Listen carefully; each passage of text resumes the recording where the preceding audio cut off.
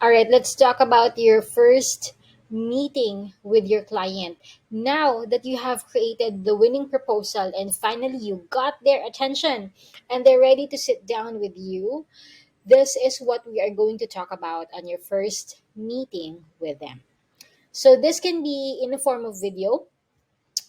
Some of the ideas here you can also use it in the phone, but the only difference is that when you're on the phone with the client, probably it's an audio lang and walang mga video, walang screen share.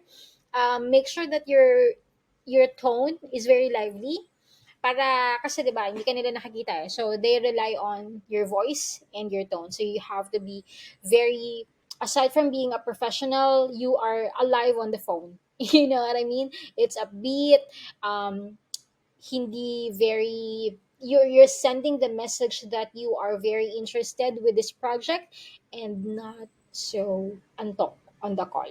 Okay? So why is this important? Why it's important that we discuss this topic, why I'm dedicating a lesson for this, because you finally got the client's attention. Okay? There are so many proposals. Pat yourself on the back and you have already you're one step ahead of the competition. After all the many proposals that this person has read, you are chosen. You are pre-screened to hear more about your skills and what you can offer. It's like the client is telling you, okay, you got my attention, let me hear it, I'm listening. Ganon, okay? You are one step closer to closing this deal. So, show your best foot forward. Okay, so welcome to your first meeting with the client video. These are some of the pointers. So I'm gonna give you pointers, mabilis lang as we go through the lesson. Okay, so number one, stay calm. Okay, I know you're excited. Like, finally, coach, I have this, especially if this is your first time. You stay calm. Control your emotion, okay? Don't be, how do I say this? When you're on the phone or even when you're on the video, I know you're excited, but don't show them that you are overly excited. Okay? Nakakuha niyo ba? Parang ganun. Kasi they will also be like, oh yes, yes, thank you so much for choosing me. Parang, okay, there's something off in there, right? Okay, so stay calm. Remember, as you go through this, you are the expert in their eyes. Listen to them, focus, and don't cut them off too much as well. So you have your pointers, right? Dun sa job proposal mo kanina, you lay down some thoughts. Use that as your guide when you are talking to the client. Show them that you are genuinely listening and you care. Remove all the distraction, silent your phone. If you can put the phone away from you for a minute or so, remove them. Okay? Para walang tutunog na Messenger or Shopee, ganyan, or Lazada. Turn it off and focus on the client alone. You are here on this point, on this level, because the client sees something in you already. Introduce yourself just very shortly. Hi, my name is CJ, and thank you so much for meeting me on this call. So, how are you doing? Ganyan. So, first, find the common ground with your client. So, let them settle in as well. Kasi sila, excited din naman sila to meet you, diba? That's why you're here. That's why you were able to book this call. So that they would want to know if this is something that they would like to move forward with you or not. Once it's your turn to talk, that's when you can elaborate your plans for the campaign. 'Di ba? Kasi sila yung nandun sa parang umpisang yan, they will be in the controlling seat kasi they're the clients, right? So they would say, thank you for taking my call. I'd like to go over the job proposal with you. So what do you think of this? So they will ask you questions. Okay? So once it's your time to talk, you can put the thoughts that you've written down on the job proposal. Okay, so you know what? I have some questions for you. I'll be more than happy to discuss the project with you right now. So I have some pointers here based on the job proposal that I created. You mentioned this, blah blah blah blah. You also mentioned this, so I'd like to ask some few questions. Okay. Kaya? Kaya? Remain professional at all times. Okay? Don't overly think them. Ito yung sinasabi ko kanina na huwag masyadong excited. Don't overly think them for taking the call or sounding too desperate to get the deal. You will get it if number one, if if it's really yours, diba? What's yours is yours. No one can take that away from you. And number two, if the client believes and feels that you are the best fit for this. All right, so don't say like, you know what, I'm so sorry, and I'm so thank you, I'm so thankful that you're here today. Yung kasi 'di ba yung mga Filipinos, they have the tendency to really please somebody, like, I it's in our culture. Like we really wanted to make the other person feel really better about us. Especially kapag ka first time mong nakamit ng US client, 'di ba ganyan. I've been in the call center, guys. I've been there for so long, and this is the trend, the culture of the Filipinos, because we tend to be mabait kasi tayo masyado eh, 'di ba? Parang yes tayo palagi. So we're not a confrontational culture. We don't have that kind of culture. So sometimes the tendency is that you say yes all the time and you say thank you or sorry. So too much naman. So kalmahan lang. Okay, timplahin mo lang yan. You will get there. You will get the experience as you get a lot of interviews in your life.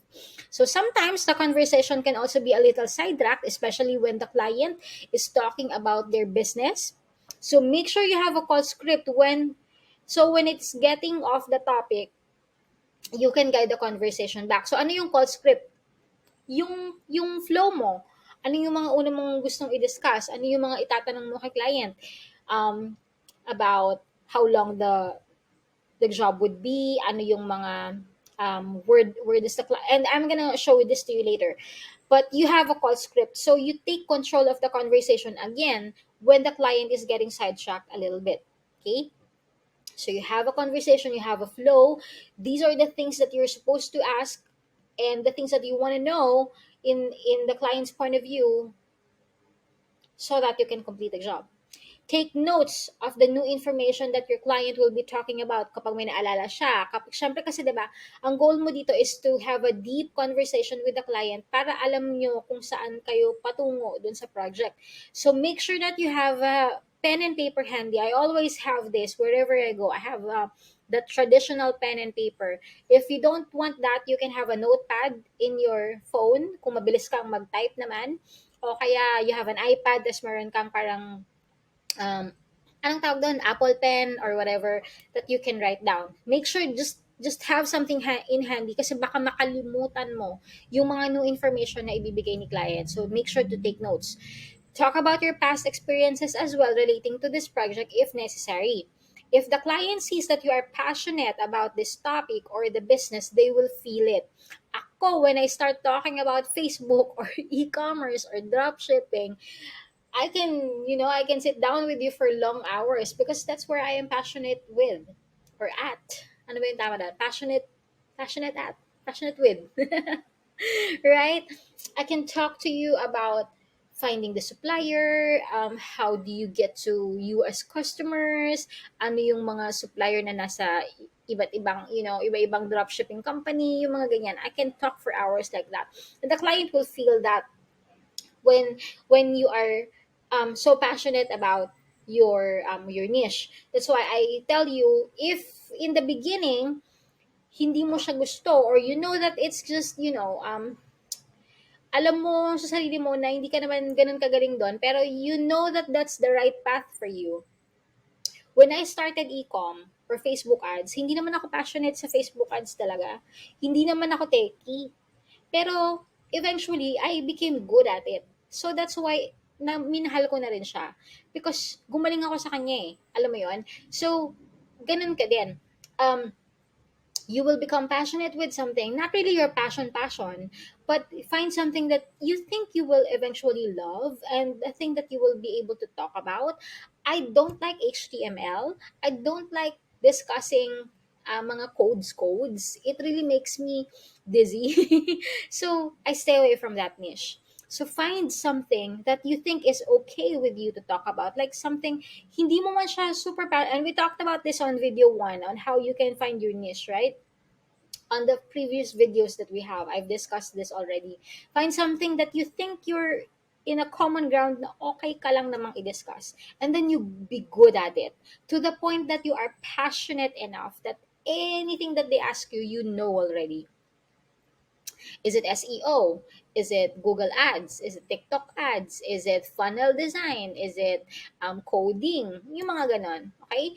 So, if you're passionate about that, the client would know. A lot of freelancers are so after closing the deal, I just want to close this deal. Na minsan, along with the interview, lumilipad na yung utak nila because they're praying at the same time. Dun sa call mismo, you pray before the call. Okay? While you are on the call, you focus on the client. Sometimes, the freelancers are so desperate to end the conversation and get the deal. You take time. All right, especially if this is a high ticket client. I'm talking to you on a level that you are getting a high premium client, not the one with the $5 and tapos na yung deal. This is not for that. Okay, keep asking questions about your client's business and then you dig deeper. Give your recommended course of actions after. Para kang doctor na tatanungin mo yung symptoms, tatanungin mo saan may problema, saan may sakit, gaano nakatagal, ano na yung ininom mong gamot, mga ganon. Okay? And then you give your recommended course of action later. You are the expert here. They come to you. All right? They went to Upwork. They went to Fiverr looking for you. And then when you responded to them, they respond back. That's why you're here right now in this point of interview. Okay? Always remember that. Now, get their reaction. Hintayin mo yung response nila. Uh-huh. They will say that. Magre-respond sila dun sa sinabi mo. You would know either if they believe in you or they're not interested. You would see, lalo na kapag video call, you would see their body language, di ba? Uh-huh. I understand. Okay. Yeah, yeah, sure, go ahead. Tell me more. I'd love to hear it from you. Mga ganon. Or, okay. Parang, oh, hinihintay na lang tapos yung call. Ask them, what do you think? What do you think about this? What's your opinion about this? How do you feel about this? You ask that question, okay? What do you think? And then pause. Hintayin mo yung sagot nila. What do you think about this? Okay, so in terms of the proposal, now I've gone through the plans with you. These are my proposals, and if you are okay with this, if you are, kung tatanungin mo ako kung papunta ka na dun sa rate or charging ng rate, di ba? So, you said that you would like to complete this in an hourly basis. So, my recommendation, my recommended hourly rate for this kind of project is $15 an hour. Are you okay with that? Never hesitate to ask. Kasi sometimes, like I said, I'm going back to the Filipino culture na minsan mahiyain tayo magtanong kung ganito yung rate natin. It's embodied with us. You remove that and you replace it with a more assertive you. And you will get this when you are practicing. Okay? So practice. So you don't move to another topic unless you get the response from the topic that you have listed down. Okay?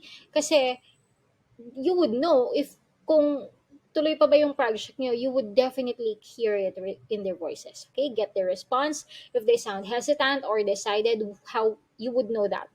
Do you have any objections? Do they have any objections? I don't know. I'm just going to consult the team about this. I don't feel good about this right now. Maybe I'll just get back to you within a week or something like that. I don't know. I'm not so sure. Pwede silang gumanon, di ba? You have to answer, you have to understand why. Why are they having that? So you will ask, so pag sinabi na nila yon, I'm not sure about this. Yeah, I don't think we're a good fit. Then ask why. May I know why? Be as direct as that. Kasi wag mong sayangin yung oras mo at yung oras ng client. May I know why? Is it okay if I know why? Okay, if they say, yeah, I think your hourly rate is way too high. I don't have the budget, ganyan, ganyan. So we will talk about this in a different video. But I'd like to answer that in a very brief manner if they say that I cannot afford you. So number one, you ask them what is your ideal budget. Nilagay naman nila yun dun sa application nila, di ba? Did you bid too high? Or did you follow my recommendation that bid within the hourly range nung middle, na average, and nung high? Kasi kapag ganon, you can counter. If they say, I don't know, I don't have budget for this, and ako, baka ma-off record, baka ma-off track na ako, pero there are clients that you don't deal with it ha, kapag sobrang kuripot ng clients and they were haggling you to the point na wala ka nang kikitain, you have to screen the client as well.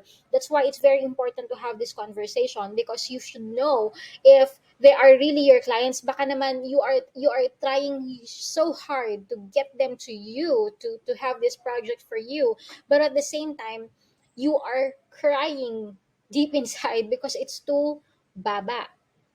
Don't settle for less as well. So when they say, I don't know, I think your bid is too high for this, and I don't think I can afford you. Pag nagsabi sila ng ganon. Well, you know what? According to, I have done my research. You can say that.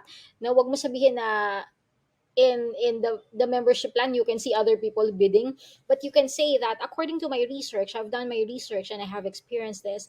Most of the time the freelancers who will be bidding on this kind of project is about 20 to $25 an hour at the highest. That's what I know, but I am offering you $15 an hour. So that's not so high, but at the same time I think that's a very competitive rate. What do you think? Wait ka ulit. Okay? Make them realize na alam mo yung sinasabi mo. Make them realize that hindi ikaw yung highest bidder, pero wag mo naman din akong kuriputin. Alam mo yan?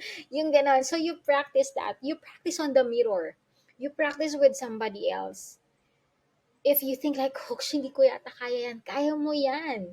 It takes practice lang. And if for some, I'll just give you a tip here as well. If you think na parang kinakabog ka kasi iba na yung may kausap ka talaga, di ba? Isipin mo lang hindi ka naman niya kalala eh.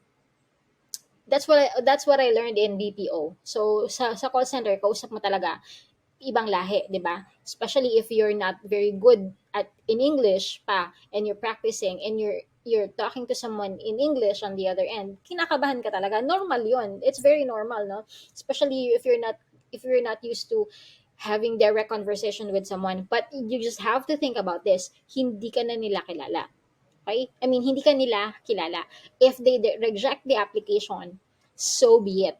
Kalimutan mo na rin. Move on. Ganun lang. Parang sa call lang din yon. Hindi ka nila kilala personally. They don't know your face. They don't know who you are. You can, for all you know, you can have a screen name. My screen name is always Joy. I don't use my full, I don't use CJ. Kasi CJ is parang panlalaking pangalan, di ba? So I use Joy. In my client account, in BPO starting. So they don't know you. Okay? Hindi, you will not die if this project gets rejected. That's okay. You could probably feel sad a little bit. So what you do is pause, step back, and then sleep. Okay? Or watch Netflix, or hug your favorite person, hug your pet if you have, eat your comfort food, and then do it again. Okay? I hope that I am able to help you with this. So if they have rejection, if they rejected you, so be it. Sipin mo na lang it's not meant for you. Pero you have to be better at it. Find what's the lesson there. Okay? So halimbawa, coach, I got rejected. So what's the lesson there? What did you get out of that conversation with the client?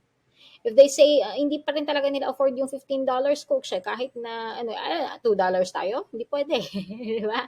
Parang okay, let go. There are good clients and there will be bad clients. So remember, where do you stand? And I'm going through the negotiation process. I'd like to talk to you on that on a different level, okay, on a different video. So are you ready to move in the phase? Are you ready to move into the next phase with me? You ask your client that, okay? If they say sure, sure, that's awesome, I'd like to continue working with you, okay, like parang okay, let's go ahead and book the contract na.